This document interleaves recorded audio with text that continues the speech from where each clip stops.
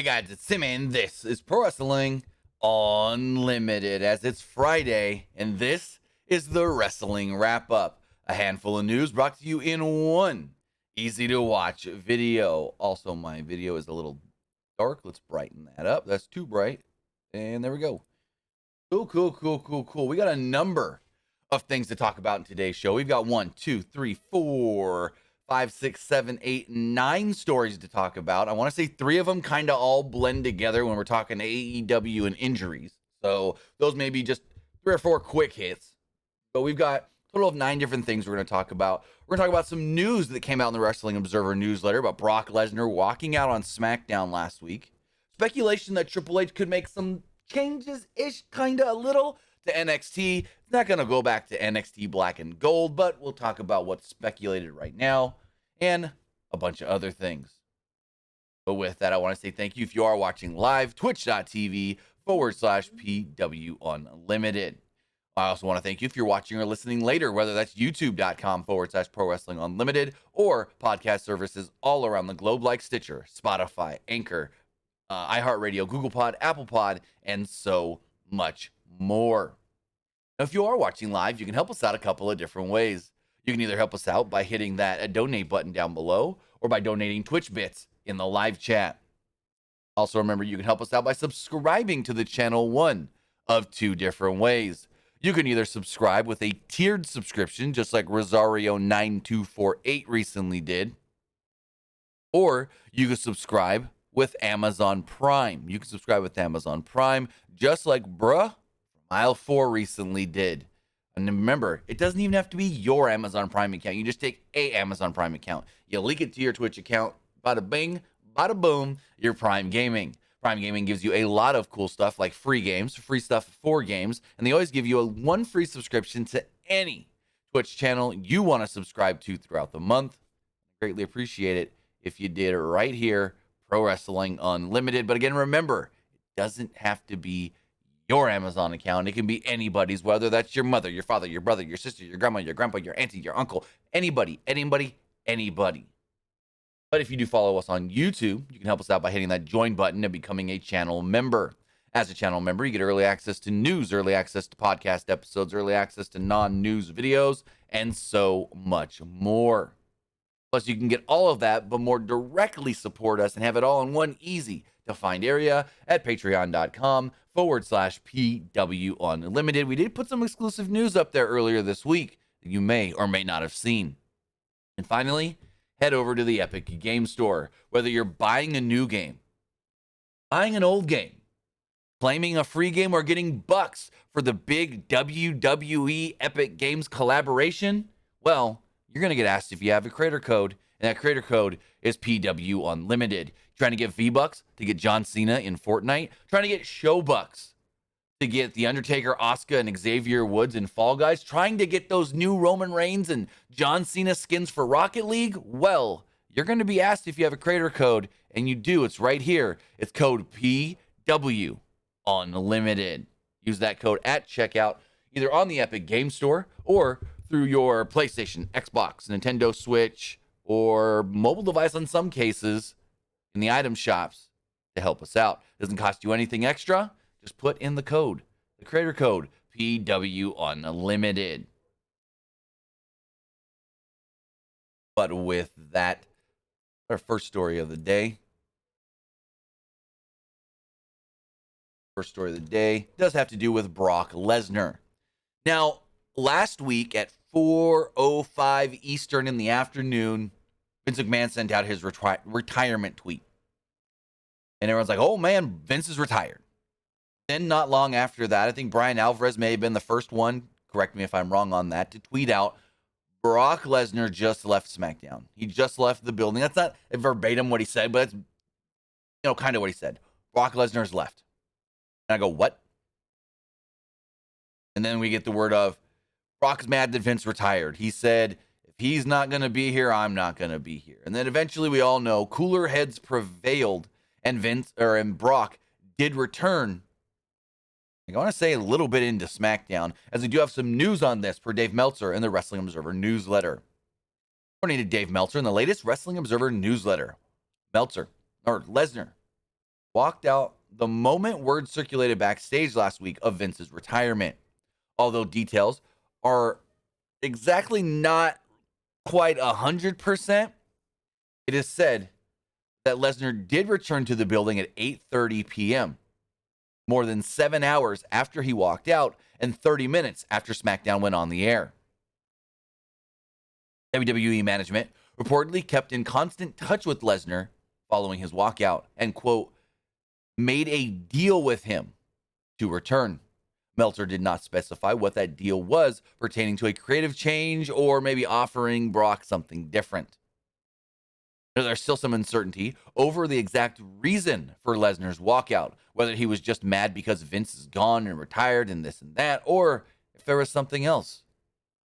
Quote, the only person who knows would never reveal what was in his mind when he left, is what Meltzer actually wrote. One source did tell The Observer that Lesnar, and arguably is the biggest star in WWE, and walking out hours after McMahon's retirement would have sent a, quote, terrible public message and created the perception that the company was, quote, in chaos in the post-McMahon era. As such, it was preemptive for Lesnar to appear on the show, and WWE management was committed to making sure that happened. Upon returning to the TD Garden, Lesnar went out to the ring and destroyed Theory, as we saw last week, teasing, I'm not going to let you use the briefcase. I'm going to beat you down with the briefcase and this and that. The final thing that Meltzer did state was that when Lesnar returned, he was, quote, seemed very happy, indicating that whatever deal management made with him clearly, obviously worked. So with that, Brock legit walked out. For everybody all week that's been saying, it's a swerve. They were trying to get attention. They wanted the attention off of Vince and onto something else. No. And that's the dumbest thing they could have done to get attention, to say that because Vince is gone, your biggest star is mad and gone now too. No. Some of these people this week that have been trying to spin the narrative are just dumb. But what we do know is Brock left. Management stayed in contact with Brock. They offered Brock something, and that something was good enough to get the Beast Incarnate back to SmackDown.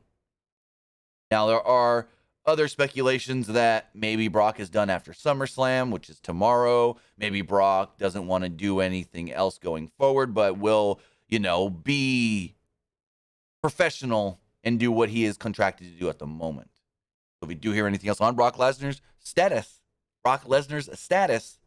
keep you guys updated. Speaking of WWE, I got a little info from Adweek about WWE's YouTube channel.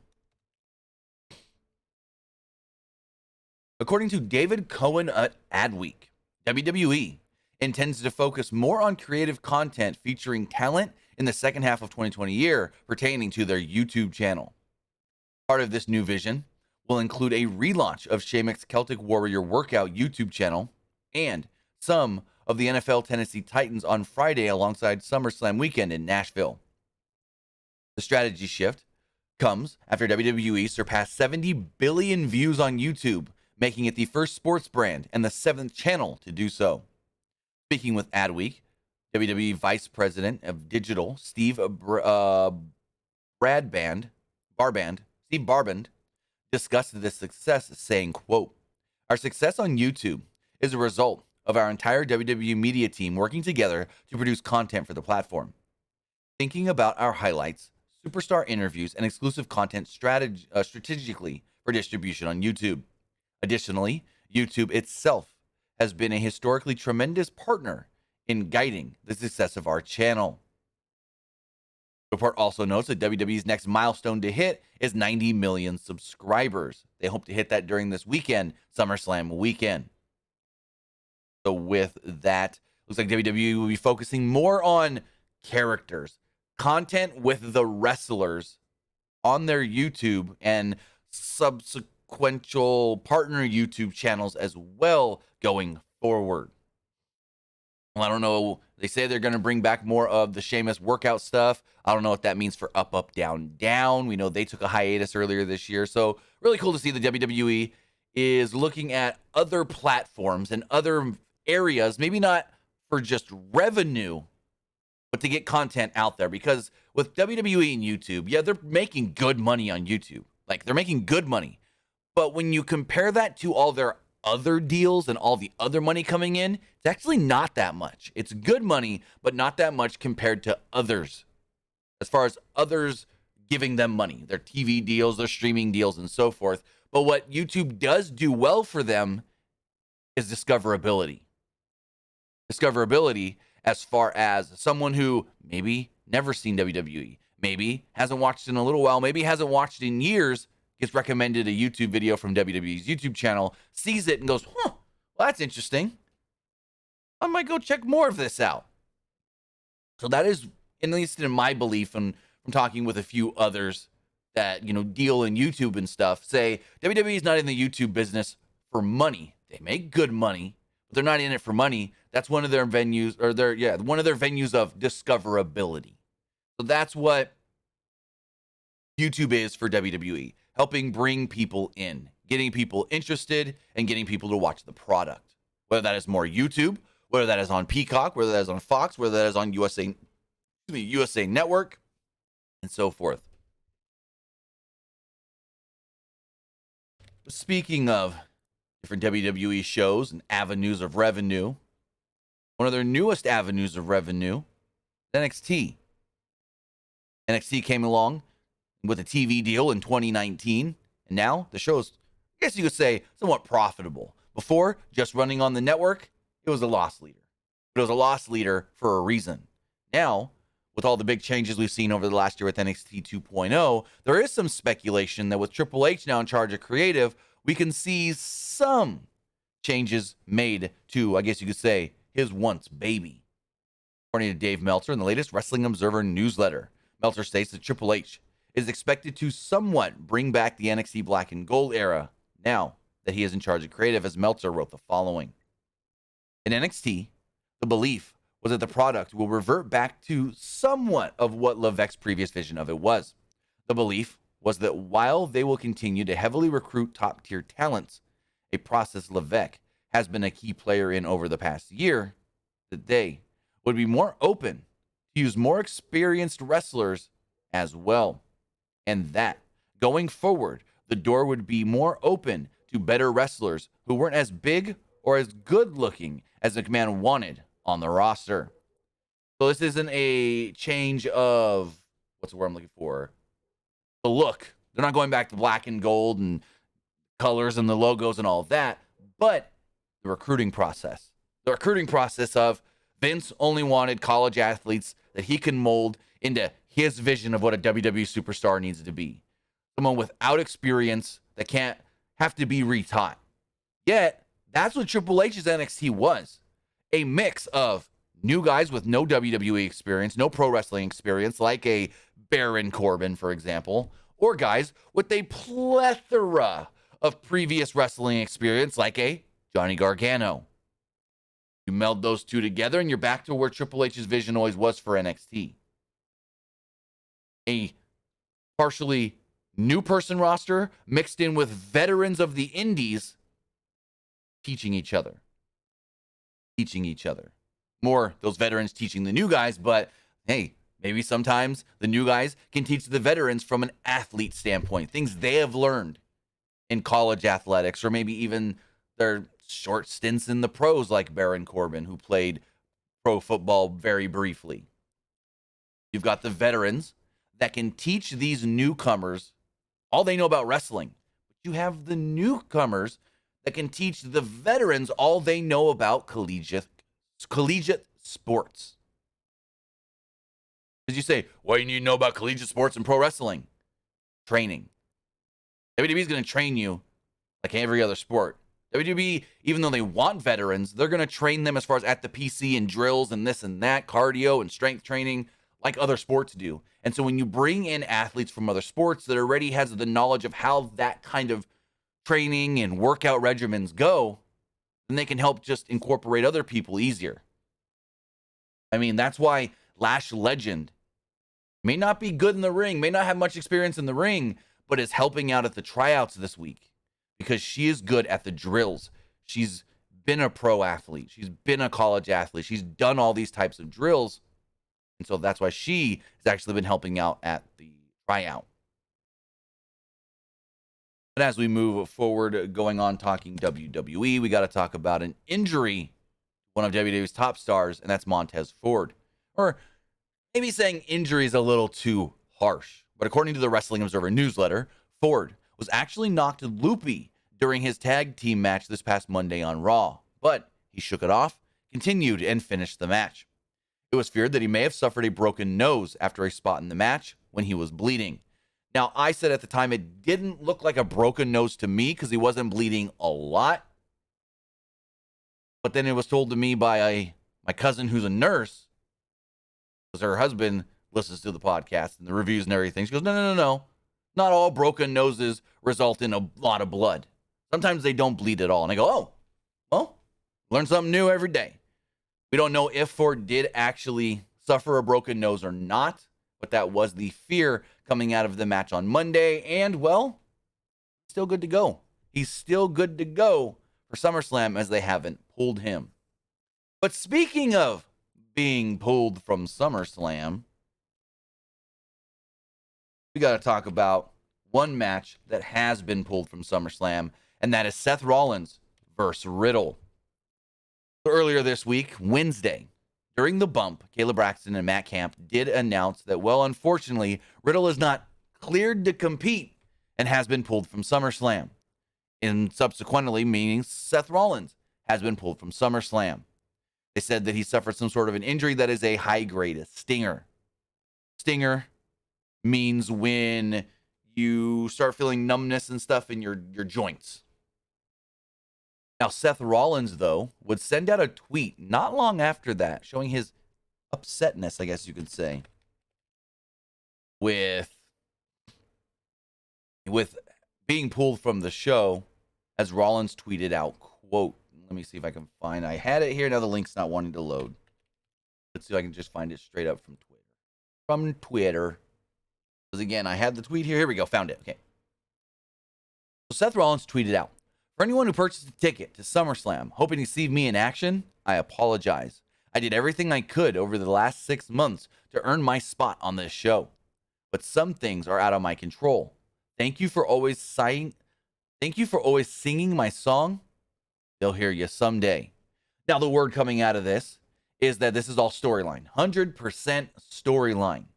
And it is a Triple H call that he wants to push the match to Clash at the Castle in September. Neither man are injured. Neither man are hurt. Both men are fine. Triple H would respond to the tweet of Seth Rollins stating, quote, I hear you. That led to a lot of speculation of, ooh, is Seth still going to work SummerSlam but get a mystery opponent? Or are we going to learn something tonight on SmackDown?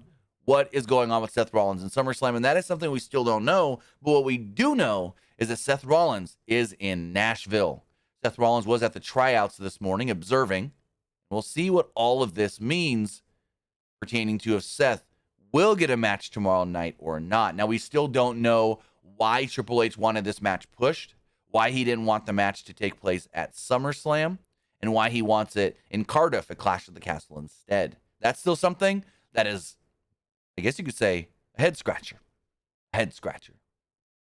But before we move forward, we'll talk about, well, John Cena and more in the Epic SummerSlam, I guess you could say, partnership.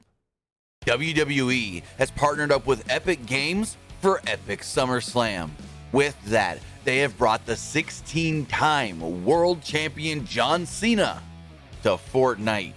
John Cena is available right now in the item shop on Fortnite, whether that is on your PC, your Xbox, your PlayStation, your Nintendo Switch, and so forth. John Cena, wearing the green gear that he wore last summer and in his match at SummerSlam with Roman Reigns, comes in two different variants. One of Cena with a shirt on, and one of Cena without a shirt. The John Cena Fortnite bundle also comes with his championship title back bling, 5-digit slapper pickaxe, and the You Can't See Me emote that plays his theme song when you emote. If you are looking to get John Cena in Fortnite, then go do it right now and use code PW Unlimited at checkout or in the item store. And you're getting them V-Bucks to purchase the 16-time world champion. Also, yes, we have Epic SummerSlam, but it doesn't just end at Fortnite. We also do know that skins of Asuka, King Woods, and The Undertaker have been added to Fall Guys, as well as 2 car wraps for Rocket League, a John Cena car wrap, and a Roman Reigns one. Again, when purchasing any of these through Epic, the Epic Game Store, or the game launchers, use code PWU Unlimited at checkout. Support us for no extra cost. We got all of our WWE news out of the way. We've got everything WWE talked about. Now it's time to talk about AEW and more. And speaking of AEW, well, gotta talk about more injuries, unfortunately.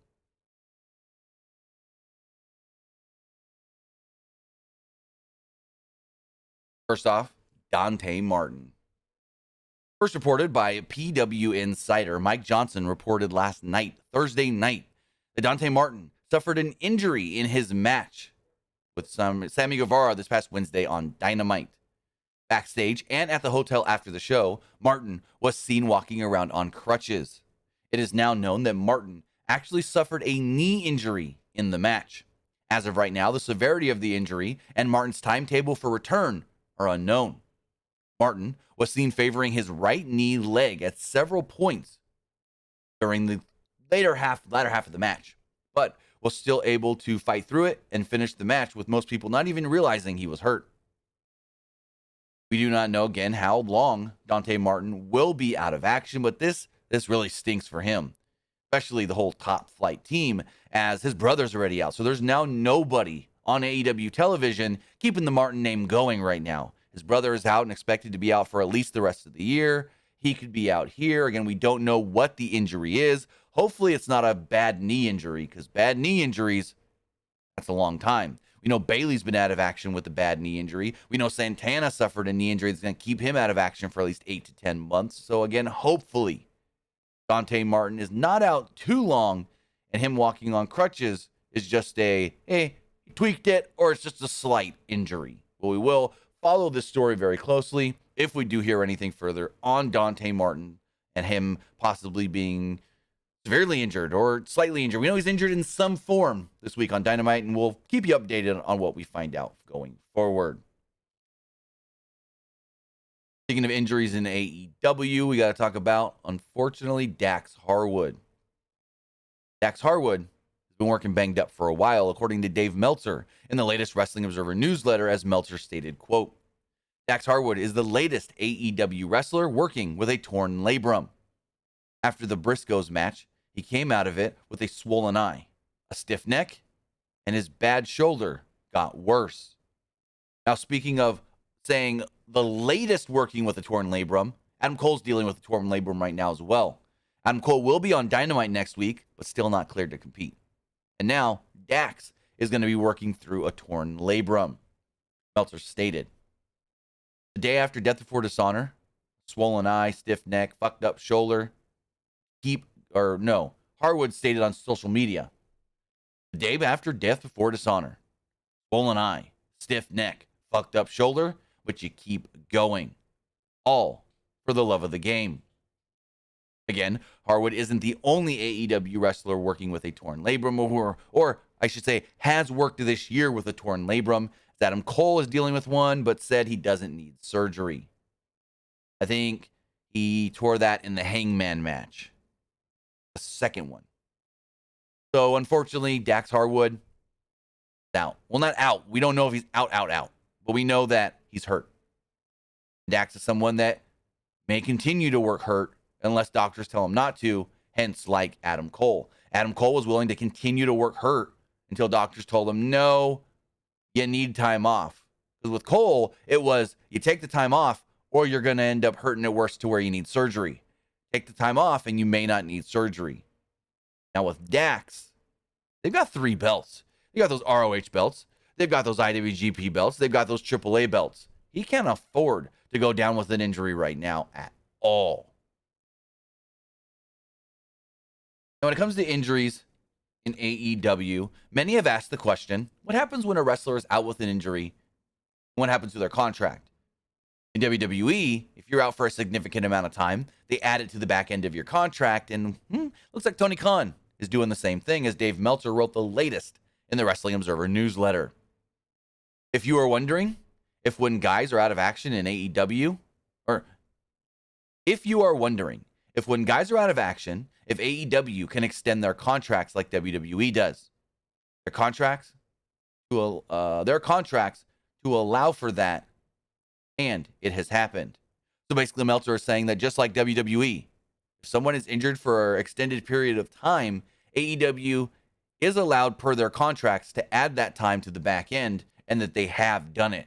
Now, we don't know who they have done it for, but that they have done it. Now, when trying to think of different wrestlers who have been out injured for a significant amount of time, we know Darius Martin, for one, twice now. Kip Sabian, but he's there every week, just not being used. So I don't know if you can say time's been added to his contract. Miro was out late last year dealing with some injuries. Kenny Omega has been out dealing with injuries.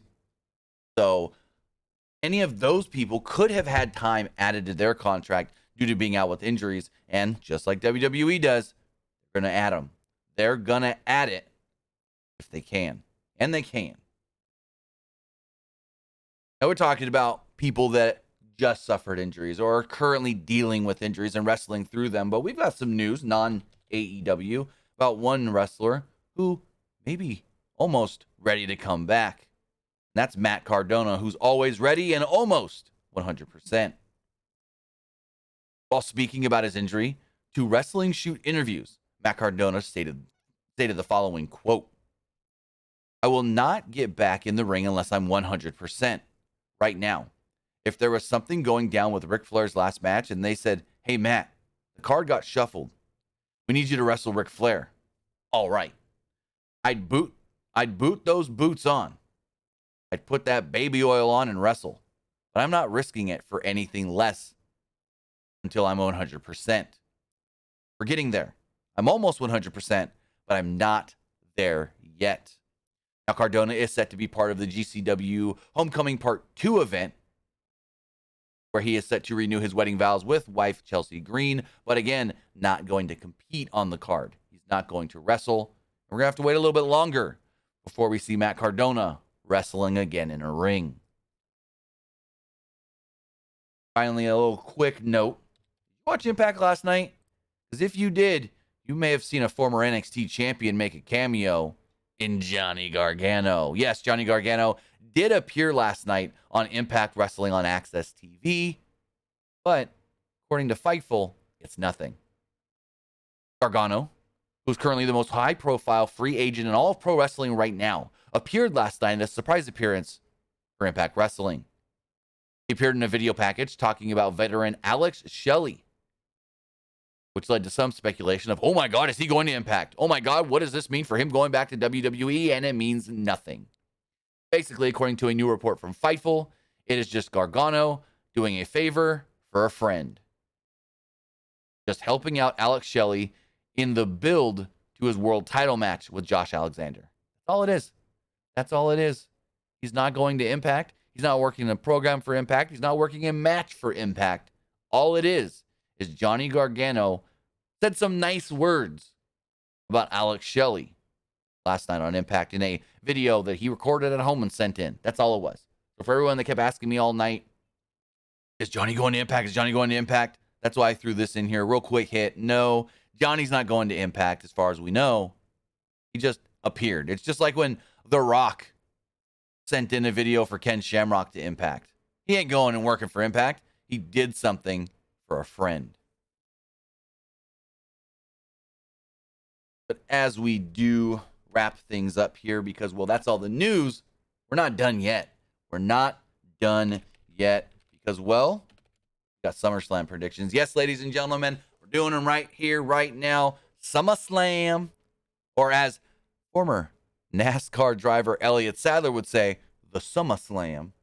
We got the SummerSlam predictions coming up right here. Let me pull up the exact card so I get it all 100% hunky-dory.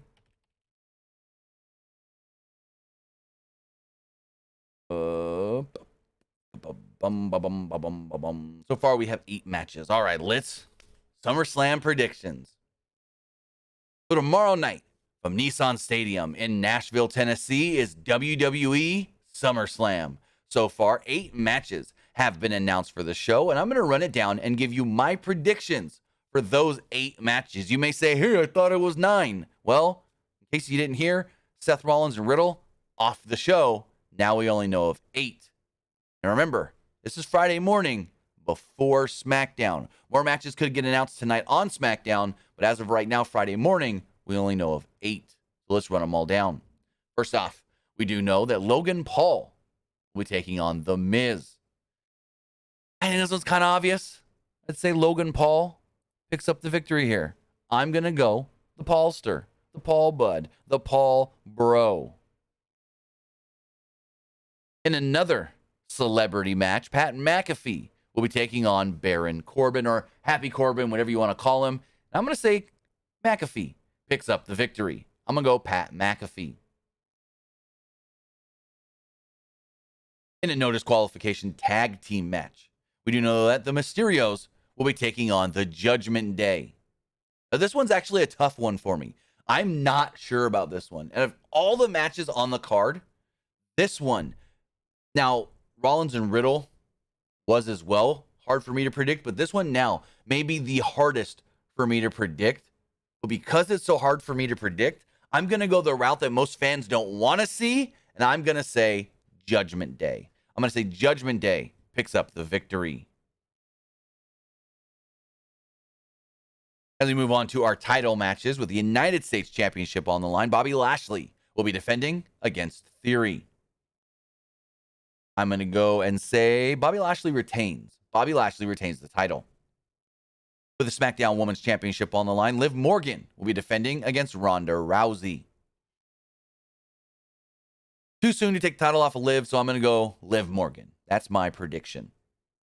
With the Raw Women's Championship on the line, Bianca Belair will be defending against Becky Lynch. And you have to go Bianca. You have to go Bianca. It's a full year storyline capping off with Bianca getting the revenge. You could say she got her revenge at WrestleMania when she beat Becky for the title and took the title from Becky. But this is the full year culmination of Becky stole the belt from you last year at SummerSlam. Becky thinks she can do the same again this year at SummerSlam. But Bianca, she's ready this time and not going to let it happen. With a unified WWE Tag Team Championships on the line, the Usos are defending against the Street Profits as Jeff Jarrett will be serving as special guest referee. And I'm going to say Usos retain. I could see this match going either way. But I'm going to go and say Usos retain. And finally, with the undisputed WWE Universal Heavyweight Championship on the line, is Roman Reigns defending against Brock Lesnar in a last man standing match. They say it's the last time these two are going to fight. Well, we'll see that. They've done that with Brock and Undertaker before, and then they had another match. So we'll see. But as far as who comes out the champion or the champ, because you got the 2 belts, gonna say Roman. I'm gonna say the Bloodline walks out of SummerSlam with all their gold, because tomorrow Roman will hold the belt 699 days. Sunday will be day 700. Why cut it one day short? Go day 700. Also, I would rather see Drew and Roman at Clash of the Castle for the belt than Drew and Brock. We've already seen Drew and Brock for the title, or for a title. It's not giving me Drew and Roman for a title. Plus, we got the dynamic of last time we saw Drew and Roman at a big event, Drew was the heel, Roman was the babyface. Now that's shifted, and I really want to see that. I really want to see how they play it with Roman now the heel and Drew the baby. And I know everyone's going to ask, do you think there's a cash-in tomorrow night? If there is, it's going to be a failed one. Honestly, I think when Theory cashes in, he's going to fail. Plain and simple. Maybe tomorrow, maybe down the line, but I don't think Theory successfully cashes in. It's been 5 years since the last failed cash-in. Baron Corbin. And I think we're due. I think we're due for a failure. But with that, guys, those are my predictions for SummerSlam tomorrow night.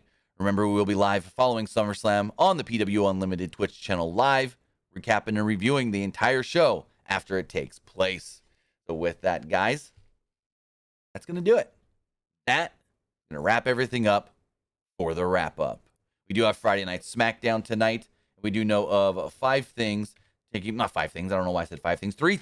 place on tonight's show. We got Lacey Evans versus Aaliyah, The New Day versus the Viking Raiders, and a Donnybrook match. It's Drew McIntyre versus Sheamus, where the winner will move on to Clash at the Castle to fight for the Undisputed Championship.